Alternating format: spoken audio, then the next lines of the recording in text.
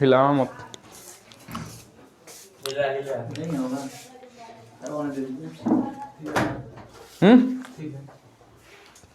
चलो देखो इधर, अब चैप्टर एक बार हम दिखा दे दूसरों को इम्पोर्टेंट में। किसका किसका क्वेश्चन अभी हम लोग को छोड़ना है? Alternating current, wave optics, electromagnetic waves, ठीक है ना, डिवाइस और कम्युनिकेशन। सेमीकंडक्टर तुम सब पढ़ लिया है? वो भी नहीं पढ़ा है सब? सेमीकंडक्टर, ठीक है। इसमें देखो ये चैप्टर अभी छोड़ना है, लेकिन ये तो हम लोग पढ़ ही लेंगे, लोग पढ़ा ही रहे हैं, तुम सबको ये सब पढ़ ही लेंगे। ये तुम सबको पढ़ना है, आगे ही बोल दिया है। बस तुम सबको EMW में बेसिकली एक नोट्स प्रोवाइड करते हैं, तो सब वही देख लेना। EMW 2 पेज का तो है ही, ठीक है। तो EMW भी हो जाएगा हमारा। इधर सुनो, हमको EMW भी हो जाएगा, हमको कम्युनिकेशन छोड़ देना, सेमीकंडक्टर पढ़ ही लोगे। बस छोड़ना कौन कौन है? कम्युनिकेशन और AC। कम्युनिकेशन और AC फिजिक्स में 2 चैप्टर छोड़ देना, ठीक है। 3, 4, 5, 6 सवाल मिलेंगे।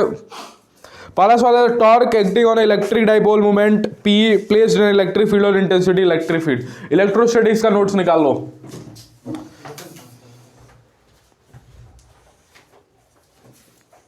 इलेक्ट्रिक फील्ड यही होता है।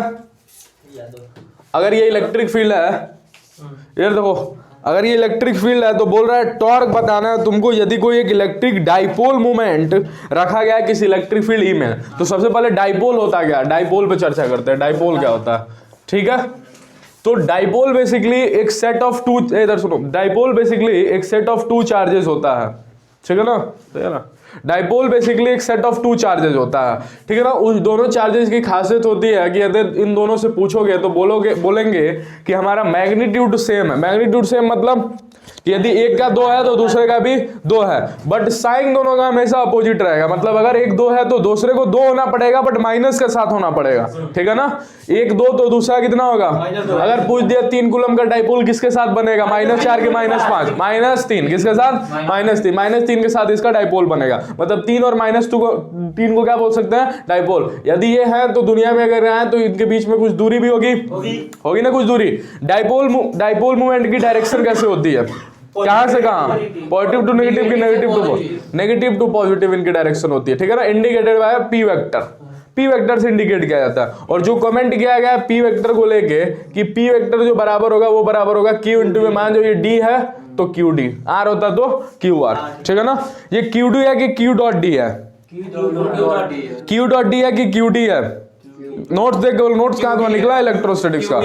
QD है कि Q डॉट D है कि Q क्रॉस D है?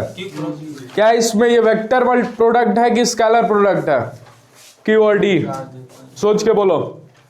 Q एक वेक्टर है कि स्केलर है? चार्ज इज स्केलर और वेक्टर, तो स्केलर की वेक्टर के साथ गुणा नहीं सोचते। डिस्टेंस तो वेक्टर है ना, R distance is vector, area is vector, but charge कैसा?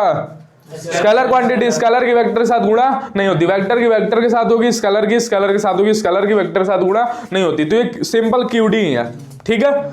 ये होता है डाइपोल मूवमेंट। इसको क्या बोला जाता है? डाइपोल मूवमेंट, ठीक है। जिसका फॉर्मूला क्या होता है? Q into D। यदि -2 और 2 का एक डाइपोल है जिसके बीच में दूरी है 2 सेंटीमीटर, बताओ P वेक्टर कितना होगा? जल्दी से P वेक्टर कितना होगा? जल्दी से बताओ। 4 होगा। कितना होगा? 4 होगा? सोच के बोलो। नहीं 4 नहीं होगा, सोच के बोलो। क्या 2 D हजारों बार और लाखों बार बताया जा चुका है कि हर चीजों को सही उल्टे में रखा करो। 2 सेंटीमीटर है ना, तो 2 अपॉन में 100 हो जाएगा, ठीक है ना। चलो ये हो गया डाइपोल मोमेंट। अब इस डाइपोल को रखा गया किसी इलेक्ट्रिक फील्ड में, ठीक है ना। किस में रखा गया है? इलेक्ट्रिक फील्ड में। मान जाओ कुछ थीटा एंगल घुमा के, कितना एंगल घुमा के? थीटा एंगल घुमा के। ये है -Q और ये कौन सा Q है? +Q। बताओ इलेक्ट्रिक फील्ड में तो E के +Q के ऊपर कितना कहां फोर्स लगेगा? किधर की तरफ फोर्स लगेगा? इलेक्ट्रिक फील्ड की डायरेक्शन में फोर्स लगेगा, तो कहीं कुछ इधर की तरफ फोर्स तो नहीं लगेगा, ठीक है। और इस पे बोलो किधर की तरफ फोर्स लगेगा? इधर की तरफ। यदि इनसे पूछोगे कि क्या आपका एफ नेट कितना है तो कितना बोलेंगे? क्या ये वाला फोर्स, सॉरी ये फोर्स ले जाता तो हम इलेक्ट्रिक फील्ड लिखते हैं। इस पे फोर्स इधर की तरफ लगेगा F1 और इस पे फोर्स लगेगा इधर F2। क्या एफ नेट होगा F1 माइनस F2? सोच लो, F1 माइनस F2 होगा। F1 बोलो कितना होगा? कितना होगा? QE माइनस में F2 बोलो, F2 बोलो, माइनस QE की सिर्फ QE, माइनस QE की plus QE। Force is a vector quantity, vector में चीजों को साइन के साथ नहीं रखते हैं, स्केलर में चीजों को साइन के साथ रखते हैं, बताए थे ना। तो यहाँ पे माइनस QE होगा कि प्लस QE? नहीं यार, सिर्फ QE। अभी बोल रहे ना, Q को साइन के साथ नहीं रखेंगे तो QE, तो माइनस QE हो गया। QE ने QE को काट दिया तो कितना हो गया? नेट फोर्स कितना आया इस डाइपोल पे? लेकिन टॉर्क का फॉर्मूला होता है R क्रॉस F। कितना होता है? R क्या होता है? R क्या होता है? दोनों के बीच की दूरी, दोनों के बीच की दूरी, हिंज पॉइंट से दूरी। किस पॉइंट से दूरी? अगर मान जाओ ये हिंज पॉइंट है, हिंज पॉइंट क्या होता है? जैसे पेंडुलम, मान जाओ पेंडुलम है, पेंडुलम इसको बांध दिए, पेंडुलम को यहां से हिला दिए, किसके अक्रॉस घूमेगा? इस हिंज पॉइंट के अक्रॉस घूमेगा ना, तो उसी को बोलते हैं हिंज पॉइंट। किसी एक पॉइंट से बांधना है हिंज पॉइंट, मान जाओ इस पॉइंट से हिंज है, ठीक है। तो R क्या होता है बेसिकली? R परपेंडिकुलर दूरी फ्रॉम हिंज पॉइंट, परपेंडिकुलर दूरी फ्रॉम हिंज, दोनों के बीच की दूरी नहीं है टॉर्क। कहां से है? हिंज पॉइंट से परपेंडिकुलर दूरी। बताओ इसके लिए टॉर्क कितना होगा? यहाँ पे ये तो हिंज पॉइंट पे है, तो R कितना है? 0। इस पे टॉर्क लगेगा? किस पे टॉर्क लगेगा? किस पे लगेगा? क्योंकि इसकी हिंज पॉइंट से कुछ दूरी और वो कितनी है? कितनी है? नीचे वाले के लिए 0 है, ऊपर वाले के लिए कितनी है? D। तो जल्दी से लिखो R। अगर इसको खोलोगे तो कैसे खुलेगा? RF sine theta. अरे खुलेगा RF साइन थीटा। सोच के बोलो R की वैल्यू कितनी है? कितनी है? D। F बोलो, अरे फोर्स Q पे फोर्स कितना लग रहा है? QE, D QE sine theta. क्या यही हुआ?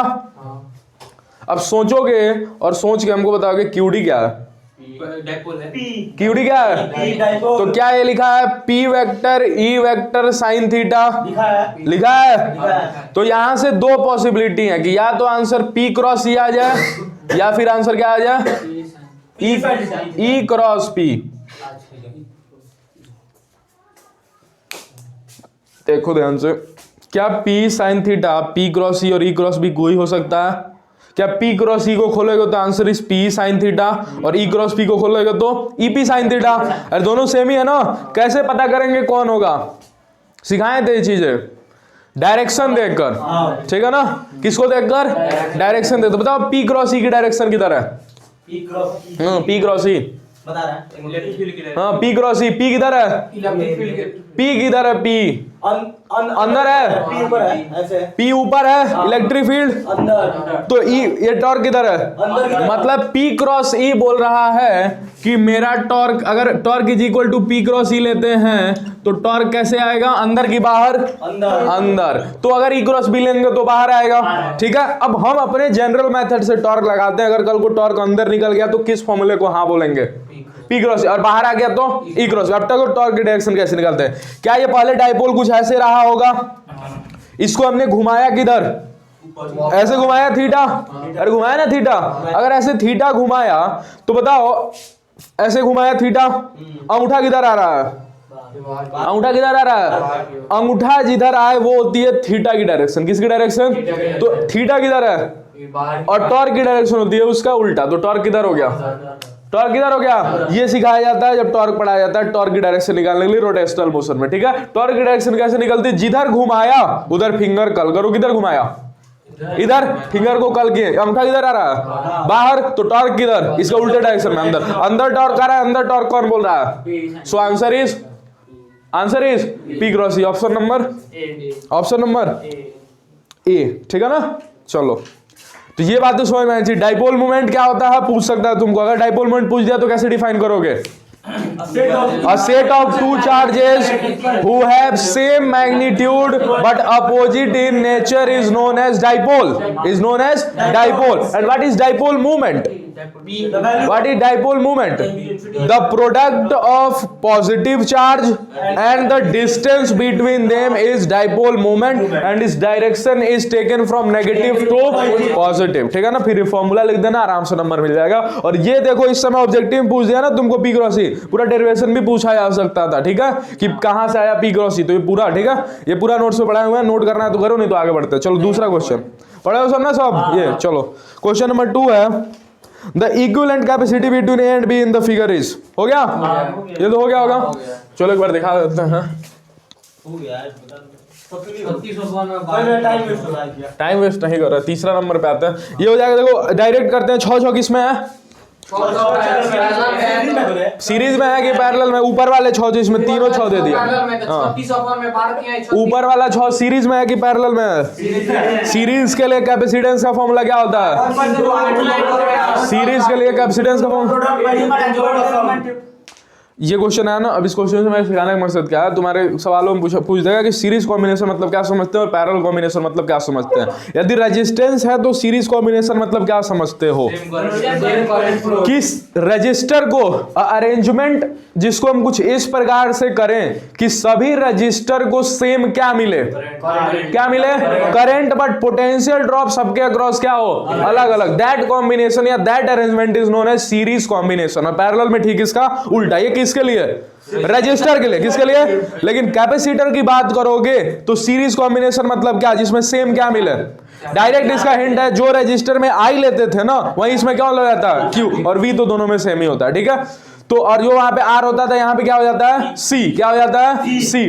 तो वहां पे आई सेम तो सीरीज, तो यहां पे क्या सेम तो सीरीज, क्यू सेम तो सीरीज। तो एक ऐसा अरेंजमेंट जिसमें सबके अक्रॉस चार्ज का फ्लो कैसा हो, सेम हो, उसको सीरीज कॉम्बिनेशन, और इसमें चार्ज का फ्लो डिफरेंट हो, उसको पैरेलल कॉम्बिनेशन। तो सीरीज कॉम्बिनेशन में चार्ज का फ्लो डिफरेंट होता है, तो जो सी नेट का फॉर्मूला आता है वो कितना आता है?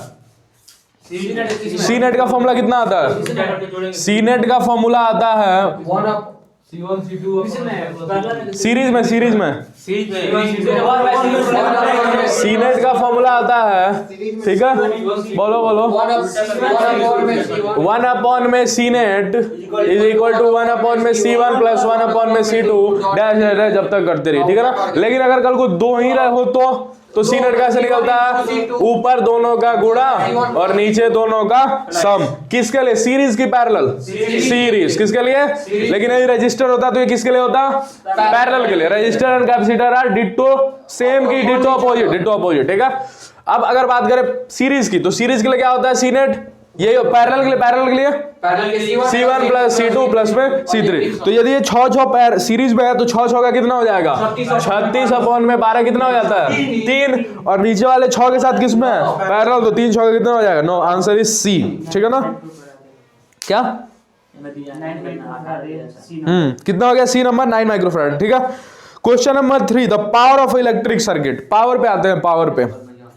पावर क्या होता है? पावर देखना हो रहा है सही से, देखना सही से हो रहा है, हिला उला तो नहीं,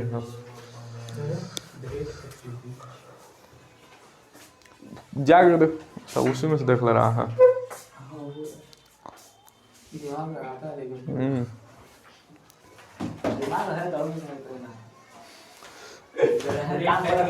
the power of electric circuit. Power क्या होता है? Power energy per unit time. जैसे मान जाओ कोई ए है वो 20 जूल एनर्जी ले रहा है, ठीक है, और कोई बी है जो 50 जूल एनर्जी ले रहा है। एनर्जी कौन ज्यादा ले रहा है? ए है, ए की खासियत क्या है कि ये 20 जूल एनर्जी ले रहा है, और बी है जो कितना जूल एनर्जी ले रहा है? 50 जूल। कौन ज्यादा एनर्जी ले रहा है? ये तो एनर्जी के टर्म में बात हमने कर दिया, ठीक है। लेकिन अगर कल को टाइम भी दे दे कि ये 20 जूल एनर्जी खा रहा है, लेकिन 20 जूल एनर्जी खाने में 2 सेकेंड ले रहा है। कितना सेकेंड? मतलब 2 सेकेंड में 20 जूल एनर्जी खा रहा है। कितने सेकेंड में? और ये 50 जूल एनर्जी खा रहा है लेकिन 10 सेकेंड में खा रहा है। कितने सेकेंड में? 10 सेकेंड में। तो एनर्जी किसकी ज्यादा है? ए की बी की? बी की एनर्जी ज्यादा है, ज्यादा है, एनर्जी तो बी की ज्यादा है ना, एनर्जी तो बी की ज्यादा है ना, लेकिन सोचो ये कितने सेकंड में खा रहा है। जब इसका 10 होगा, कल को अगर इसका 10 सेकंड होगा, ये कितना जूल खा चुका होगा, कितना 100 जूल, और ये तो 85 है, तो यदि कल को इसका 10 सेकंड पहुंचा तो ये कितना खा चुका होगा, 100 जूल, और ये तो 85 जूल खाया है। मतलब समझ में आता है कहीं ना कहीं और कौन सा चीज है जो मायने रखती है, टाइम। क्या आप एनर्जी तो ले रहे हैं, लेकिन कितने समय में ले रहे हैं ये भी डिपेंड करता। तो एनर्जी से कंपेयर करना अच्छा होगा कि हम पर यूनिट टाइम एनर्जी निकाले, वो कंपेयर करना अच्छा होगा। 20 जूल खा रहा है कितने सेकंड में, 2 सेकंड में, और ये 50 जूल खा रहा है कितने सेकंड में। दोनों से पूछो कि भाई तुम एक एक सेकंड में तुम दोनों कितना खा रहे हो, कितने कितने सेकंड में, एक एक सेकंड में। क्या 1 सेकंड का 2 सेकंड में 20, तो 1 सेकंड में कैसे किए, कैसे किए, एनर्जी अपॉन में टाइम कर दिए, कितना हो गया बोलो, एनर्जी अपॉन में टाइम कितना हो गया, इसके लिए एनर्जी अपॉन टाइम करो, कितना हो गया। मतलब ये 1 सेकंड में 10 जूल एनर्जी खा रहा है, और इससे पूछोगे तो 1 जूल में कितना एनर्जी खा रहा है, कितना। अब बता 1 सेकंड में कौन ज्यादा खा रहा है, ये ओवरऑल एनर्जी भले ही बी की ज्यादा थी, लेकिन 1 सेकंड में कौन ज्यादा खा रहा है, ये। That is known as power, that is known as power. तो पावर किसकी ज्यादा हुई, एक ही एनर्जी। लो कंज्यूमिंग पावर वाला एप्लीकेशन करना चाहिए, ठीक है ना। जो एनर्जी और टाइम दोनों पे डिपेंड करता है, ठीक है ना, कि एनर्जी तो खा रहे हैं, लेकिन समय कितना ले रहे हैं, दैट इज ऑल्सो इंपॉर्टेंट। तो power is equal to energy upon में टाइम, ठीक है ना। अब क्या हो सकता है, सुनना इधर। अब इलेक्ट्रिक सर्किट के लिए क्या हो सकता है, जरूरी थोड़े कि एनर्जी यूनिफॉर्म हो, 1 सेकंड में उसने 10 जूल खाया, दूसरे में भी 10 ही खाएगा, ऐसा नियम थोड़ी है। तो हम छोटे के लिए यूज करते हैं, मतलब हम छोटे समय पे देखते हैं, तो छोटा मतलब डी बाई डी टी। तो पावर कितना हो जाएगा, डी बाई डी टी, क्या यही होगा। अब हमको पता है कि एक इलेक्ट्रिक सर्किट में एनर्जी भी वोल्ट पे किसी भी चार्ज के पास कितनी होती है, वी आई भी, क्यों भी गजब पढ़ रहा है यार। तो क्यू भी, हाँ क्यू को ही आई टी लिख सकते हैं, ठीक है चलो, लेकिन जो पढ़े उसको बोलो क्या है क्यू भी, हमको भैया सुनो यार, क्यू भी किसी भी वी वोल्ट पोटेंशियल पे किसी भी चार्ज के पास इलेक्ट्रिक सर्किट में कितनी एनर्जी होती है, क्यू भी। और इस एनर्जी क्या बुलाता है, इलेक्ट्रोस्टैटिक पोटेंशियल एनर्जी, और U is equal to Q भी, यही होता है ना। चलो रखो यहाँ पे ई की जगह क्यू भी, क्या हो जाएगा, पावर इज इक्वल टू, रखो क्यू भी, डी क्यू वी अपॉन में डी टी। कौन तुम्हारा कांस्टेंट है, वी। अरे अगर डीसी सर्किट है तो वी तो कांस्टेंट होगा ना, तो वी को बाहर निकाल दें, तो power is equal to V into में अंदर कौन फंस जाएगा, D Q by D T. D Q by D T क्या होता है, क्या होता है, तो पावर इज इक्वल टू क्या हो गया, वी आई। कितना हो गया, वी आई। एक इलेक्ट्रिक सर्किट के लिए पावर होता है वी आई। ये किसके टर्म में हुआ, वी और आई के। कल को हम जाए तो वी और आर के भी टर्म में ला सकते हैं, कौन से फॉर्मूले का इस्तेमाल करके, ओम्स लॉ। कौन सा, ओम्स लॉ। आया तो ओम्स लॉ बताओ, ओम्स लॉ क्या कहता है, V is equal to I R, ठीक है ना। तो V बाई आई कितना हो गया, ओम ने बोला कि अगर आप पोटेंशियल बढ़ाते हो, सुनना इधर, अगर आप पोटेंशियल बढ़ाते हो तो कौन बढ़ेगा, करंट बढ़ेगा। यदि आप पोटेंशियल का डिफरेंस बढ़ाते हो तो करंट क्या होगा, बढ़ेगा। 20 वोल्ट पे ज्यादा करंट मिलेगा, 30 वोल्ट पे ज्यादा करंट मिलेगा, लेकिन ये दोनों बढ़ेंगे कुछ इस प्रकार से कि इन दोनों का रेशियो किसी भी टाइम पे क्या होगा, कांस्टेंट। और वो कांस्टेंट किसके बराबर होगा, रेजिस्टेंस ऑफ द सर्किट किसके बराबर होगा, रेजिस्टेंस। तो V by I equal to R, ये ओम्स का लॉ था, ठीक है ना। तो V इज इक्वल टू कितना हो गया यहाँ से, आई आर। लगाओ V is equal to I R, I को हटाते हैं कि V को, किसको हटाए, V को ही हटा देते हैं। अगर V को हटाए तो बोलो आई स्क्वायर आर, दूसरा फॉर्मूला। तीसरा बोलो आई को हटाए तो V बाई आर, तो क्या V स्क्वायर बाई आर। तो पावर के कितने फॉर्मूले, 3। मेन कौन, V आई, ठीक है ना। और बाकी ये दोनों तो डिराइव्ड हैं पावर से, सॉरी ओम्स लॉ से। तो कौन सा आ गया इसमें, power of the electric circuit. V R तो होगा नहीं, देखो वी आर है कहीं नहीं, वी स्क्वायर आर है, वी स्क्वायर आर नहीं है, वी स्क्वायर बाई आर है। जल्दीबाजी करोगे तो बी ऑप्शन पे टिक लगा, क्या होगा, वी स्क्वायर इंटू आर है। सी बोलो, सी क्या है, वी स्क्वायर अपॉन में R. So option C is selected, ठीक है ना। अगला है चौथा number question, dimension of magnetic field. इस पे आते हैं, कैसे जानेंगे कि इलेक्ट्रिक सर्किट डाइपोल यही वाला लगेगा, वी स्क्वायर अपॉन में आर। क्या क्वेश्चन में कैसे, मतलब इलेक्ट्रिक सर्किट तुमको दिया power of the electric circuit. Power of electric circuit क्या होता है, वही तीनों फार्मूला होता है, यही तीनों होता है। देखो तीनों में से कौन दिया है, वी स्क्वायर अपॉन में आर दिया है answer. Dimension of magnetic field. अगला क्या है, अब इधर देखो, ये इस बार पूछा है तुम्हारे ये पावर ऑफ इलेक्ट्रिक सर्किट में, लेकिन हजारों बार पूछा जा चुका है। Joules law of heating derive कीजिए। कौन law of heating? Joules law of heating. क्या यहां से जूल्स लॉ ऑफ हीटिंग लाया जा सकता है? जूल्स लॉ ऑफ पावर कितना हो गया? पावर कितना हो गया? ये सब तुम सब अगर नोट्स पढ़ के आओ ना सब पता हो, लेकिन तुम सब तो नोट्स पढ़े नहीं हो सब। पावर इज इक्वल टू कितना हो गया? VI। ठीक है ना? पावर इज इक्वल टू क्या होता है? एनर्जी अपॉन में टाइम, DE/dt। तो DE कितना हो गया यहां से? P into dt। अरे होता है P इंटू dt? होता है। यदि इसको इंटीग्रेट करोगे तो कितना हो जाएगा? E is equal to power कितना होता है? पावर कोई भी एक लगाओ, I²R लगाते हैं, I²R ही लगाते हैं ना, तो ये हो गया I²R और dt का इंटीग्रेशन क्या हो जाएगा? T हो जाएगा ना। अब E energy is equal to, energy पे वेक्टर क्यों लगा रहा है? एनर्जी वेक्टर क्वांटिटी थोड़े है, ठीक है ना? Energy is not a vector quantity, ठीक है ना? तो पावर भी कैसी क्वांटिटी है? बार बार वेक्टर लगा दिए, ये गलती हो गया, ठीक है ना? पावर वेक्टर नहीं, पावर वेक्टर किस कलर है? सारे चीजें स्केलर पे बात हो रही है। वेक्टर लगाते लगाते इस पे वेक्टर लगाया ना, तो उसके बाद से हाथी चलने लगा है। भी नहीं होगा। किस पे? वो यू जो लिखा है। वही तो बोल रहा है ना, इस पे भी नहीं होगा। सारे स्केलर क्वांटिटी है, ठीक है ना? एनर्जी सारे, पावर क्या है? एनर्जी है, बस वो एनर्जी पर यूनिट टाइम है। भी क्या है? भी एनर्जी है, लेकिन वो पर यूनिट टाइम है। तो चीजों को पर यूनिट टाइम देखना थोड़े अलग क्वांटिटी होती है। जैसे चार्ज को पर यूनिट टाइम देखना क्या हो जाता है? करंट। अरे चार्ज फ्लो होते हैं तो करंट जनरेट होता है। अब 20 कूलम चार्ज फ्लो हुआ किसी सर्किट में, कितना कूलम? 20 कूलम। तो 20 करंट हो जाएगा? नहीं, 20 कूलम चार्ज फ्लो हुआ 3 सेकंड में, तो करंट कितना होगा? 20/3। पर सेकंड कितना चार्ज फ्लो कर रहा है, दैट इज करंट, ठीक है ना? तो पर सेकंड चीजों को देखा जाता है, ठीक है ना? चलो, तो यहां से I²RT। अब ये एनर्जी किस फॉर्म में बाहर निकलती है? किस फॉर्म में? हीट के फॉर्म में। तो इसको लिखा जा सकता है H is equal to I²RT। तो आगे ये प्रूफ करना होगा तुमको कि पावर इज इक्वल टू ये I²R कहां से आया, और उसके बाद ये फॉर्मूला लगाना पड़ेगा, ठीक है ना? H is equal to I²RT। चलो, अगला dimension of magnetic field. Magnetic field dimension निकालना, मैग्नेटिक फील्ड के फॉर्मूला क्या होते हैं? मिटा इसको, बोलो क्या होता है? Mu naught ideal cross mu naught ideal, mu naught ideal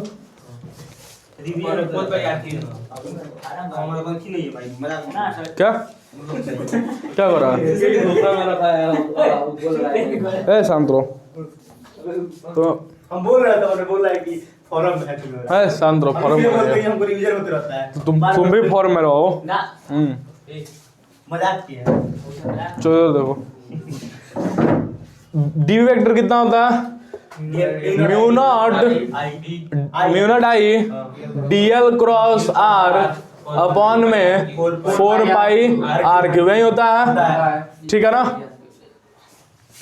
अब म्यू नॉट तो यहाँ म्यू नॉट ही है। अरे कपड़ा ज्यादा भींग गया। म्यू नॉट है, आई मान जो ये खुला तो क्या होगा? DL को L कर देते हैं, DL L, क्योंकि हमको डायमेंशन निकालना है ना, तो उसमें थीटा उटा तो फर्क डालेंगे नहीं। तो ये कितना होगा?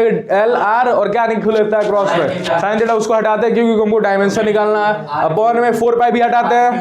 4π की कोई डायमेंशन होती है? कांस्टेंट की कोई डायमेंशन नहीं होती है। तो ये कितना है? R3। कांस्टेंट की डायमेंशन नहीं होती तो ये भी तो कांस्टेंट है कि आर्बिट्री कांस्टेंट है? इंटीग्रेशन याद करो, mu naught is a constant की आर्बिट्री कांस्टेंट? कांस्टेंट मतलब होता है जो किसी भी कंडीशन में ना बदले।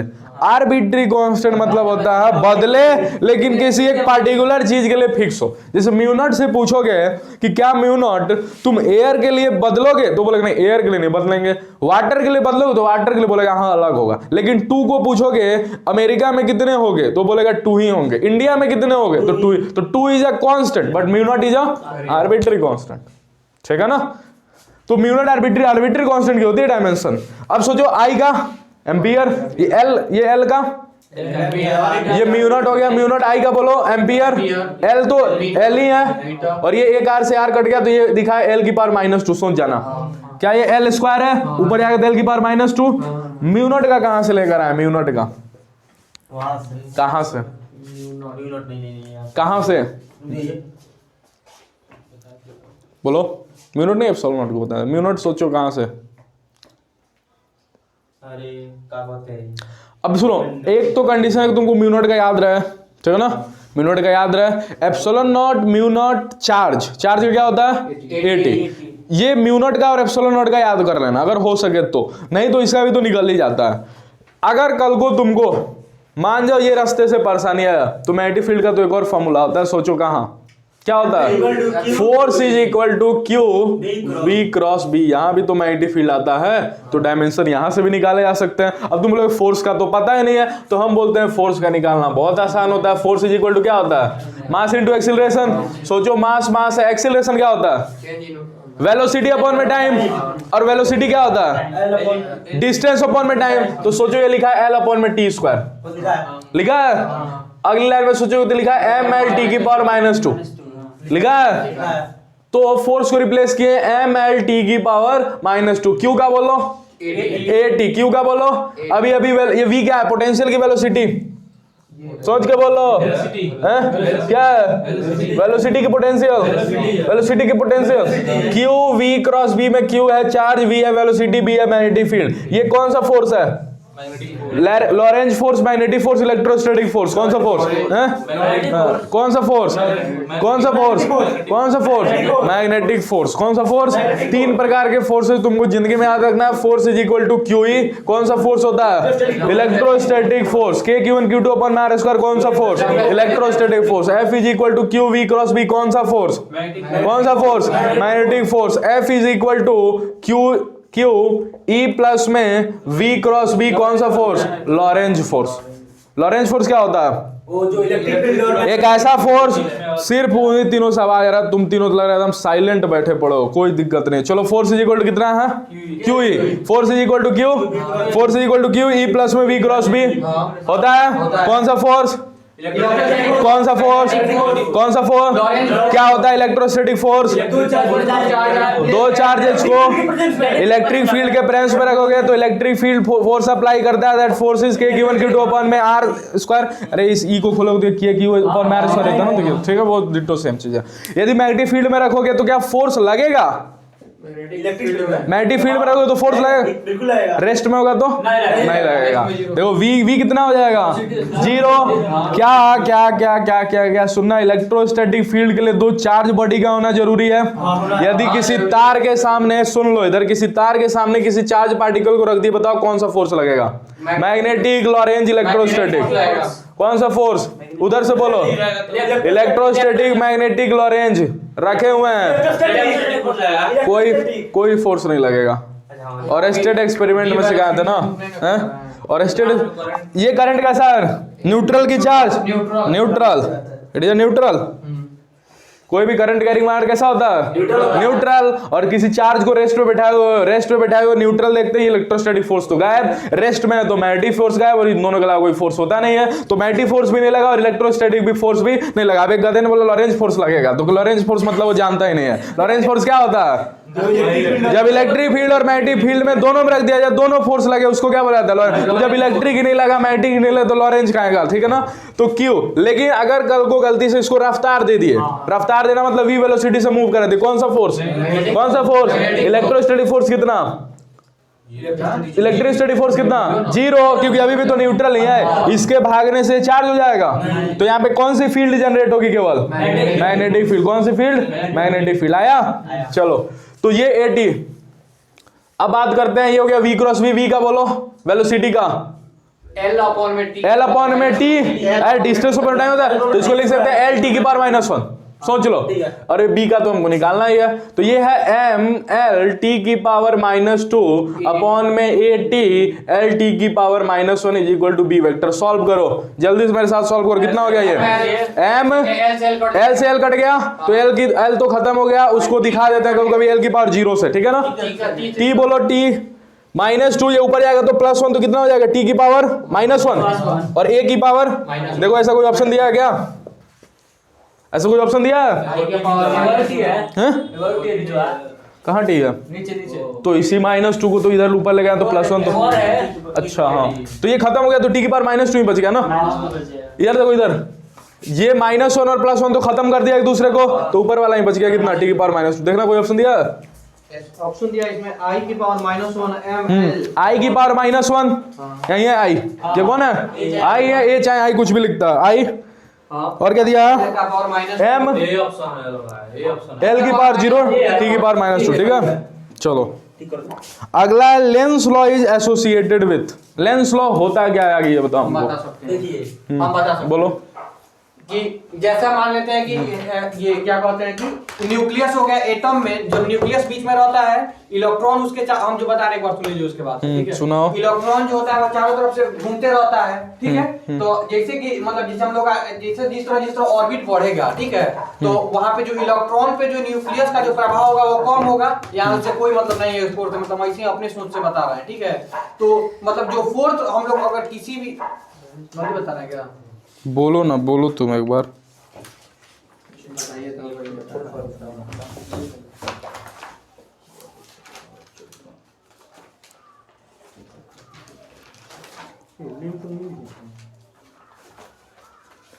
या इसको ऐसे भी तो बोल सकते हैं, जैसे हम लोग कोई एक कॉइल ले लिए, ठीक है, मैग्नेट लेके आ रहे हैं, ठीक है। तो जब हम लोग एक दोनों को मतलब रुका रहेगा, फिक्स डिस्टेंस पर रहेगा, तब तो उसका जो मैग्नेटिक फ्लक्स निकलेगा और मैग्नेटिक फ्लक्स तो कांस्टेंट होगा। लेकिन जैसे जैसे पास लाएंगे उस मैग्नेट को, ठीक है, बोलो।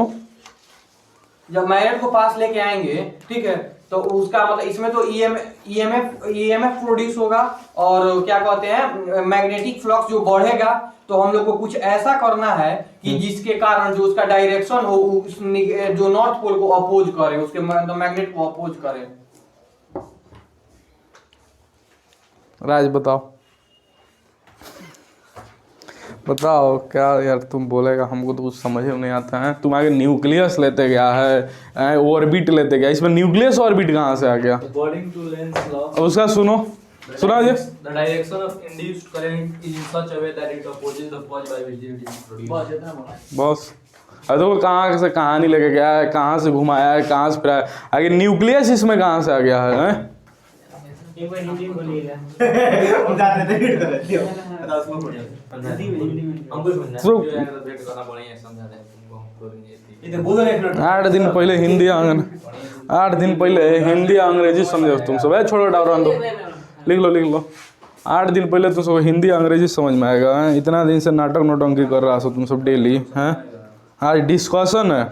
डिस्कशन मतलब होता है रिवीजन, री मतलब होता है दोबारा, विजन मतलब होता है दिखाना। दोबारा चीज़ों को दिखाया जा रहा है बस। तो इस समय तुम सबको पढ़ाया नहीं ना जाए, पढ़ो जैसे पढ़ना वैसे पढ़ो।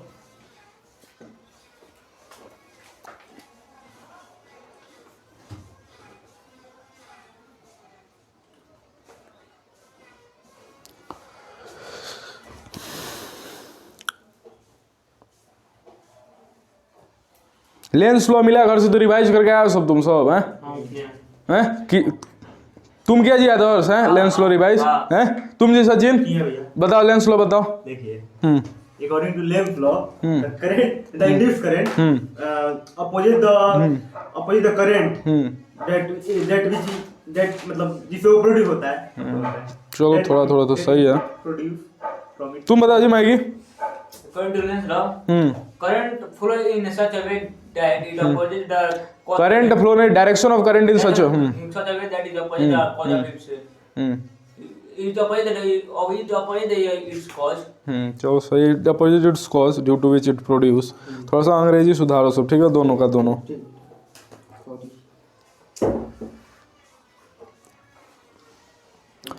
लेंस लॉ होता है, लेंस लॉ जैसे कि इलेक्ट्रोमैग्नेटिक इंडक्शन में पढ़े थे कि मैग्नेटिक फील्ड के वजह से, मैग्नेटिक फील्ड के वजह से, चेंज की वजह से मैग्नेटिक फील्ड के चेंज के वजह से करंट इंड्यूस होता है। क्या इंड्यूस होता है?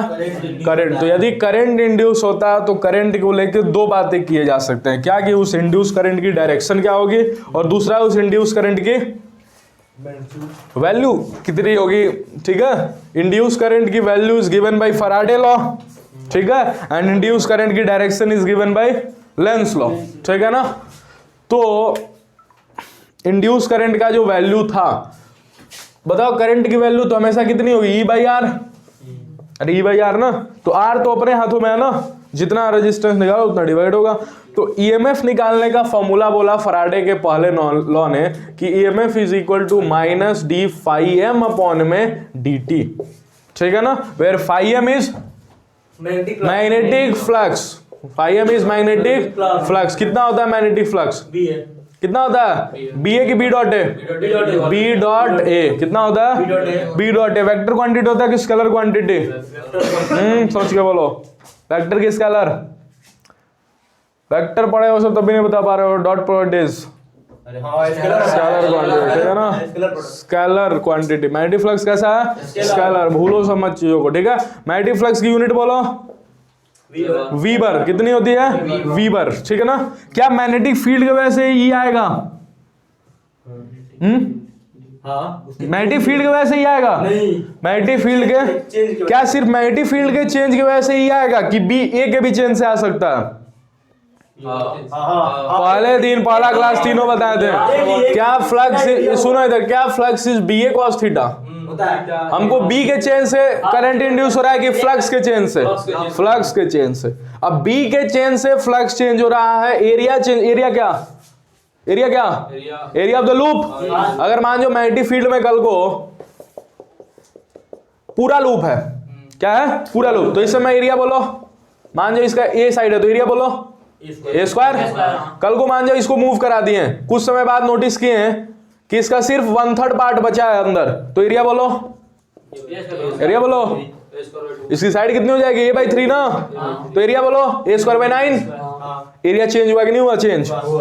लूप को तो तोड़ फोड़, क्या एरिया चेंज करने के लिए लूप को तोड़ फोड़ कर रहे हैं? इसको मूव करा रहे हैं v वेलोसिटी से इधर की तरफ। कुछ समय बाद इस लूप के अंदर कुछ और है, कुछ समय तो उतना ही एरिया लेते हैं जितना मैग्नेटिक फील्ड के अंदर होगा, उतना ही एरिया लेते हैं जिस एरिया में मैग्नेटिक फील्ड प्रेजेंस हो। क्या ये वाला एरिया लेंगे?